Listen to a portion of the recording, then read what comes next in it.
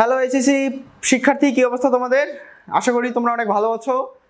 তোমরা অবশ্যই আমার প্রিভিয়াস যে পার্টটা আছে পার্ট 1 তোমরা দেখে আসছো বলে আশা করতেছি। আজকে তোমাদের পার্ট 2।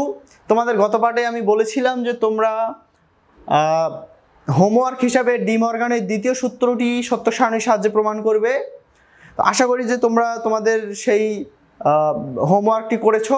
আজকে আমি তোমাদের দ্বিতীয় যে লটা আছে এই লটা আমি সত্য সারণীর সাহায্যে প্রমাণ করে দিচ্ছি। তোমরা তোমাদের খাতার সঙ্গে মিলাই নাও, আর তারপরে যদি তোমাদের কোনো সমস্যা থাকে আমাকে কমেন্ট বক্সে জানাও, আমি সলভ করে দেবো ইনশাল্লাহ। তো চলো কথা না বাড়িয়ে আমরা আমাদের ক্লাস শুরু করে ফেলি। তাহলে এখানে এটা অবশ্যই আমি খ নাম্বারের জন্য করাচ্ছি, 2 নাম্বারের জন্য আমি করাচ্ছি। তোমাকে এবারে প্রশ্ন দিল যে হচ্ছে ডি মর্গানের দ্বিতীয় সূত্রটি, ডি মর্গানের, তাহলে ডি মর্গানের দ্বিতীয় উপপাদ্য। এখানে কি ডি মর্গানের দ্বিতীয় উপপাদ্য আমাদেরকে লিখে দিছে? দেয় নাই। তার মানে এটা আমাদের মুখস্থ রাখতে হবে। আমি গত ক্লাসেই তোমাদেরকে বলে দিছিলাম। তাহলে ডি মর্গানের দ্বিতীয় উপপাদ্যটি কি? দ্বিতীয় উপপাদ্যটি হচ্ছে এ ইন্টু বি বার ইকুয়াল এ বার প্লাস বি বার। তাহলে এখানে আমরা এইভাবে লিখতে পারি যে আমরা জানি ডি মর্গানের দ্বিতীয় উপপাদ্যটি হলো এ plus B A into B bar equal A bar plus B বার। ঠিক আছে? তাহলে এইটা আমাদেরকে কি করতে বলছে? সত্য সারণীর সাহায্যে প্রমাণ করতে বলছে। তাহলে আমরা গত ক্লাসে দেখছিলাম সত্য সারণীর সাহায্যে প্রমাণ করা মানে এই পাশের মান যা বের হবে এই পাশের মানও তা বের হবে, যেহেতু ইকুয়াল আছে তার মানে দুইটাই কি সমান, দুইটাই কি সমান। ঠিক আছে? এখন চলো আমরা একটু সমাধানটা করে ফেলি। এই যে বলো তো এগুলা যে আসছে এগুলা কয়টা ইনপুট থেকে আসছে? দুইটা না। এখানে তোমাকে আরেকটা কথা আমি বলে রাখি, তোমাকে এরকম করে বলতে পারে যে দুইটি ইনপুটের জন্য ডি মর্গানের দ্বিতীয় উপপাদ্যটি সত্য সারণীর সাহায্যে প্রমাণ করো। দুইটার কথা বলছে। অনেক সময় তোমাকে বলবে যে তিনটি ইনপুটের জন্য ডি মর্গানের দ্বিতীয় উপপাদ্যটি সত্য সারণীর সাহায্যে প্রমাণ করো। তখন তোমরা এ বির জায়গায় আরেকটা লাগাবা কি? সি। এটাই। ঠিক আছে? আমি প্রত্যেকটা দেখাই দিব, সমস্যা নেই। এখন দেখো যে তোমাদের এইখানে এই যে এগুলা আসছে এগুলা নিশ্চয়ই দুইটা ইনপুট থেকে আসছে। একটা হচ্ছে কি এ আর একটা হচ্ছে কি বি। এই দুইটা ইনপুট থেকে আসছে। ঠিক আছে? তাহলে এই যে আমি দুইটা ইনপুটের দুইটা কলাম আমি টেনে নিলাম। ঠিক আছে? আচ্ছা, আর একটু বাড়াই নেই এই পর্যন্ত। তারপরে দেখো তোমাদের কি ইকুয়াল কি প্রমাণ করতে বলছে। তাহলে এ ইন্টু বি বার ইকুয়াল এ বার প্লাস বি বার প্রমাণ করতে বলছে। তাহলে যেহেতু এইটা ইকুয়াল এইটা প্রমাণ করতে বলছে, তাহলে এইটা একটা কলামে নিব, এইটা একটা কলামে নিব। তাহলে আমরা লিখে ফেলি। তাহলে এ ইন্টু বি বার, তাহলে আমি এইটা একটা কলামে নিয়ে নিলাম, আর একটা কলামে আমি কি নিয়ে নিব? এ বার প্লাস বি বার। বুঝে ফেলছো বিষয়টা? এখন প্রশ্ন হলো ভাই এদিক ফাঁকা কেন? এদিক কেন ফাঁকা? তুমি প্রথম ক্লাস করো না, এই জন্য তোমার মনে প্রশ্ন জাগতেছে যে এদিক ফাঁকা কেন। প্রথম ক্লাস করে আসো, তাহলে বুঝতে পারবে কেন ফাঁকা। যাই হোক, যদিও প্রথম ক্লাস না করে থাকো তাহলে এখন দেখো যে কেন এটা আমি ফাঁকা রাখছি। এখন দেখো তুমি যদি এবারের মান পাইতে চাও তাহলে তোমাকে কার মান জানা লাগবে বলো তো? এর মান জানা লাগবে না? তাহলে এর মান যদি তুমি জানো তাহলে তুমি এবারের মান পাবা। আমি যদি বলি এর মান 1, তাহলে তুমি কি বলবা? এবারের মান হচ্ছে 0, কারণ এর মান যা থাকবে সেটা উল্টায় যাবে। সেটা কি হবে? উল্টায় যাবে। তারপরে আমি যদি তোমাকে বলি যে এর মান যদি হয় 0, তুমি কি বলবা? ভাই এবারের মান হচ্ছে 1। তার মানে এবারের মান জানতে গেলে তোমার এর মান জানা জরুরি। এর মান যা হবে এবারের মান তার উল্টাটা হবে।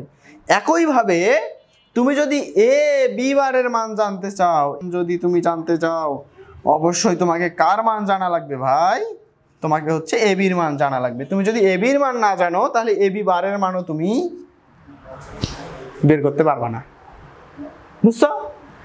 এজন্যই আমাদেরকে একটা ইনপুট হিসাবে নিতে হবে বা একটা কলাম আমাদেরকে আলাদা করে নিতে হবে, এ বি এর কলাম। কেন এ বি এর কলাম নিলাম? কারণ এ বি এর মান না জানলে আমরা এ বি বারের মান জানবো না। যদি আমি বলি যে এ বি এর মান হচ্ছে 0, তখন তুমি বলবা যে এ বি বারের মান হচ্ছে 1। বুঝতেছো কি? আমি যদি এখন বলি তোমাকে এ বি এর মান যদি হয় 1, তুমি কি বলবা? এ বি বারের মান হচ্ছে 0। ঠিক আছে? তার মানে তোমাকে ডিপেন্ড করতেছে এবি এর উপরে, এবি বারের মানটা তোমার ডিপেন্ড করতেছে, এই জন্য আমি এবি একটা ইনপুট নিয়ে ফেললাম। ক্লিয়ার? এখন আসো তাহলে তো এইটা গেল। এবার এই দিকের একটু চিন্তা করি। এখানে কি বলছে, এবার আর বিবার, এবারের মান আর বিবারের মানটা তোমাকে যোগ করতে বলছে। দেখো তো ভাই, এবার নামে কি কোনো এখানে আমাদের ইনপুট আছে? নাই। যেহেতু নাই, এই জন্য আমাকে এবার নামে একটা কি নিতে হবে, ইনপুট বা কলাম আমাদেরকে এখানে নিতে হবে। তাহলে এবার নামে আমি একটা এইখানে ইনপুট নিয়ে ফেললাম। এখন এবার তো পাইলাম, আরেকটা কি লাগবে বলো তো, বিবার লাগবে, কারণ এবার আর বিবারকে যোগ করতে বলছে। তাহলে এবার তো আমরা পাইলাম, বিবার কই, বিবার নিতে হবে না, না হলে আমরা কেমনে যোগ করব? তাহলে এখানে আমি আরেকটা নিলাম বিবার। তাহলে এখন আমি কি, এবার আর বিবার এই দুইটার মান তো যোগ করলে তো আমরা এখানে মানটা পাবো। বোঝা গেছে কেন আমরা এবার আর বিবার নিলাম, কেন আমি এবি নিলাম? ক্লিয়ার? এখন আসো আমরা, যেহেতু আমাদেরকে দুইটার জন্য বলছে, তাহলে আমরা কয়টা অঙ্কন করব? 4টা। 4টা রো। তাহলে হলো শেষ ইনপুট আমাদের যেহেতু বি, এ আর বি আমাদের দুইটা ইনপুট, শেষের ইনপুট যেহেতু আমাদের বি, তাহলে আমরা শেষ থেকে সাজাবো 0 1 0 1 0 0 1 1। কেউ যদি বলে ভাই আমি শেষ থেকে না, আমি প্রথম থেকে সাজাবো, কোনো সমস্যা নেই, তখন দিতে হবে 0 0 1 1, তারপরে 0 1 0 1, একই কথা।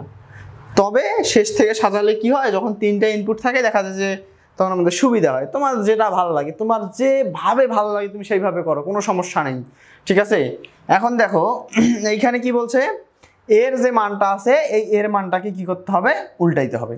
যারা তোমরা প্রথম ক্লাস করে আসছো, আশা করি তোমরা এতক্ষণে বুঝে ফেলছো যে আসলে এখানে কি করতে হবে, ঠিক আছে? তোমরা যারা প্রিভিয়াস ক্লাসটা করে আসছো, আর তোমরা যারা আজকে নতুন এইখানে ক্লাস করতেছো, তোমরা অবশ্যই প্রিভিয়াস ক্লাসটা দেখবা, আগে এই ক্লাসটা করে নাও, তারপরে যদি না বোঝো প্রিভিয়াস ক্লাস করে দেন আবার এই ক্লাসে আসবা।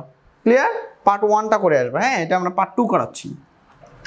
তাহলে এখানে এর মানটা হচ্ছে 0, তাহলে এবারের মান হবে 1, এর মান 0, এবারের মান হবে 1, কারণ আমি একটু আগেই তোমাদেরকে বললাম যে এর মান যদি 1 হয় তাহলে এবারের মান হবে 0, এর মান যদি 0 হয় তাহলে এবারের মান হবে 1।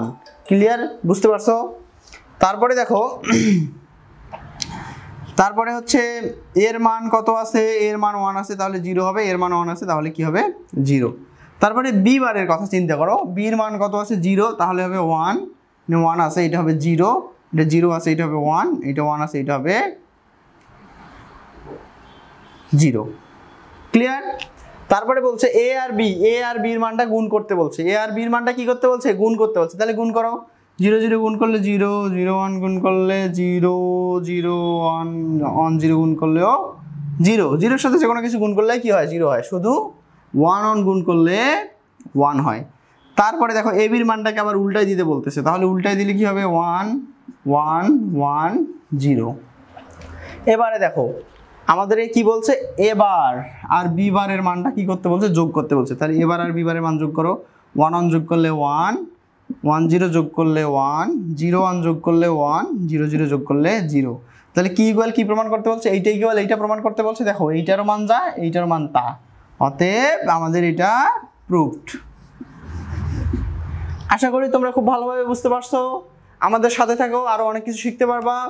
আমাদের এই একই ইউটিউব চ্যানেলে ইংরেজি, যারা তোমরা সায়েন্সে আছো তাদের জন্য হায়ার ম্যাথ, বাংলা এবং আইসিটি ক্লাস তো আমি তোমাদের সাথে আছি। এগুলো প্লেলিস্ট আকারে তোমাদের থাকবে, তোমরা এগুলো দেখো, তোমাদের বন্ধুদের সাথে শেয়ার করো। আমাদের চ্যানেলটি সাবস্ক্রাইব করে না থাকলে চ্যানেলটি সাবস্ক্রাইব করে বেল আইকনটি তোমরা অন করে রাখো, যাতে আমরা ভিডিও আপলোড করার সাথে সাথেই তোমরা নোটিফিকেশন পেয়ে যাও।